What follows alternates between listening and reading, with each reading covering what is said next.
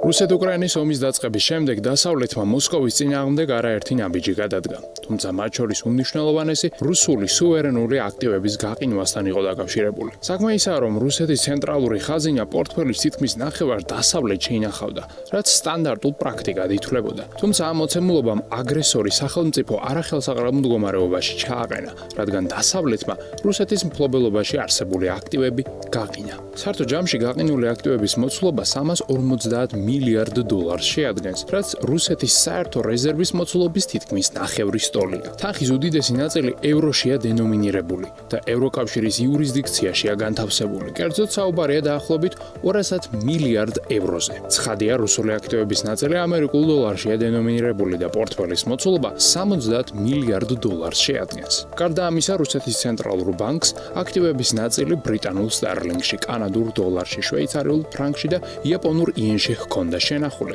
თუმცა შედარებით ნაკლები მოცულობით. უნდა აღინიშნოს, რომ ზემოხსენებული 350 მილიარდი დოლარი სუვერენულ სიმდიდრეს წარმოადგენს, ანუ იმ კაპიტალს, რომელსაც რუსეთის მთავრობა ფლობს. თუმცა ომის დაწყების შემდეგ დასავლეთმა სანქციები კერძო პირების და კომპანიების წინააღმდეგაც აამოქმედა. საერთო ჯამში დასავლეთის მიერ რუსეთის მოქალაქეების საკუთრებაში არსებული 60 მილიარდი დოლარის აქტივებია გაყინული. პორტფელის უდიდესი ნაწილი კი რუს ოლიგარქებს, ბიზნესმენებს, პოლიტიკოსებს და კრემლთან დაკავშირებულ პირებს ეკუთვნით. გაყინულ აქტივებს შორის უმეტესად უძრავ ქონებას, თვითმფრინავებს, იახტებს, ავტომობილებს და ხელოვნების ნიმუშებს ვხედავთ. ჩამორთმეული აქტივების, დაწესებული სანქციებისა და გაყინული ქონების მიუხედავად, რუსი მილიარდერების ქონება მაინც იზრდება. მაგალითად, გასულ წელს უმდიდრესი რუსი მოქალაქეების ქონების შეფასება ჯამურად დაახლოებით 40 მილიარდი დოლარით გაიზარდა. ეს კი იმ ფაქტის გათვალისწინებით, რომ 2023 წელს ისინი დამატებით 50 მილიარდი დოლარით გამდიდრდნენ. საერთო ჯამში ვხედავთ, რომ თითქმის ყველა რუს მილიარდერსა თუ ოლიგარქს კარგად აქვს საქმე. ეს კი იმ ფაქტითაა განპირობებული, რომ ყოველი მათგანის სიმდიდრე ქვეყნის ბუნებრივ რესურსებთანაა დაკავშირებული. მოგეხსენებათ, რუსეთში ფულს სწორედ ისოულობს, ვინც ბუნებრივ რესურსებს ყიდის. ზემოხსენებული მოცემულობის გათვალისწინებით, ევროკავშირმა რუსულ აქტივებთან დაკავშირებით პოზიცია იცვალა და აქტივების მიერ გენერირებული შემოსავლის უკრაინისათვის გადაცემა დაიწყო. ერთგვარი კომპენსაციის სახით.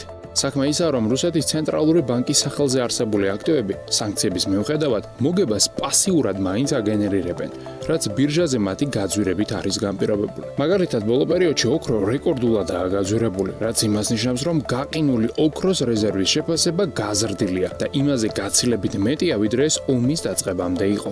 ამასთან რუსეთის მთავრობა სავალუტო აქტივებს და ფასიან ქაღალდებს ფლობს, რაც იმას ნიშნავს, რომ ეს აქტივები პერიოდულად ღირებულებას იცვლიან, დივიდენდურ მოსავალს იღებენ და საპროცენტო სარგებელს ირიცხავენ.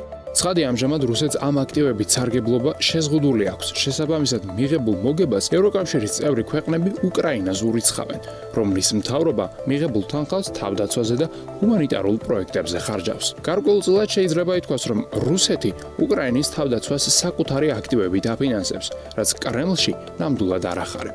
აქვე ჩნდება შეკითხვა გაყინული აქტივების მომავალთან დაკავშირებით. როგორც ცნობილია, სამშვიდობო მოლაპარაკების პროცესში რუსეთის მთავრობის ერთ-ერთი მთავარი მოთხოვნა აქტივების უკან დაბრუნება და დასავლეთის ბლოკადის მოხსნაა. საბრძოლოდ ამისა, ევროკავშირის წარმომადგენლები ამტკიცებენ, რომ გაყინული აქტივები სრულად უნდა გადავიდეს უკრაინის მფლობელობაში, რათა ქვეყანამ რუსეთისგან მიყენებული ზარალის სანაცვლოდ კომპენსაცია მიიღოს და ეკონომიკის აღდგენა შეძლოს, რადგან უკრაინის ინფრასტრუქტურის რეკონსტრუქციას ასობით მილიარდი დოლარი სჭირდება და ეს თანხა შესაძლოა ნაწილობრივ სწორედ რუსული აქტივებიდან იქნეს გამოყოფილი.